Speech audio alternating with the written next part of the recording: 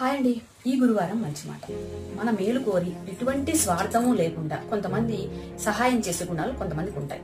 అలాంటి వాళ్ళని ఎప్పుడు నిర్లక్ష్యం చేయకూడదండి. వాళ్ళు మాట సహాయం చేసినా, లేకపోతే డబ్బు సహాయం చేసినా, ఎటువంటి సహాయం చేసినా వాళ్ళకి ఎటువంటి స్వార్థం ఉండదు. కానీ ఎటు వాళ్ళ మీద కాస్త దృష్టి పెట్టి వీళ్ళకి చేస్తే బాగుంటుంది అని వాళ్ళ ఆలోచన విధానం, వాళ్ళ అలవాట్లు అలా ఉంటాయి. అలాంటి వాళ్ళని ఎప్పుడూ కూడా నిర్లక్ష్యం చేయకూడదు. గుర్తుపెట్టుకోండి. అలాగే మన బంధాల్లో అవ్వచ్చు, మన స్నేహితుల్లో అవ్వచ్చు, ఎవరి దగ్గర నుంచి అయినా సరే సహాయం పొందాము అంటే దాన్ని జీవితాంతం గుర్తు పెట్టుకోవాలి. నిర్లక్ష్యంగా ఉండకూడదు. అది డబ్బు అవ్వచ్చు, మాట అవ్వచ్చు. డబ్బే కదా వడ్డీతో ఇచ్చేస్తే సరిపోద్ది, మాటే కదా ఎవరైనా సరే చేస్తారులే చెప్తారులే అనుకోవచ్చు. అలాంటి మనస్తత్వం, అలాంటి ఆలోచన విధానం అస్సలు ఉండకూడదు. అలా చేశారు అంటే మీరే ఇబ్బందిలో పడతారు. ఆ నిమిషానికి సంతోషంగా ఉంటారు, తర్వాత ఖచ్చితంగా ఇబ్బందిలో పడతారు. ఎప్పుడు కూడా అలాంటి అలవాట్లు, అలాంటి ఆలోచన విధానం చేయకండి. ఉండనా మరి? మరో గురువారం మరో మంచి మాటతో మళ్ళీ కలుస్తుంది మీ యాక్టివ్ శివే.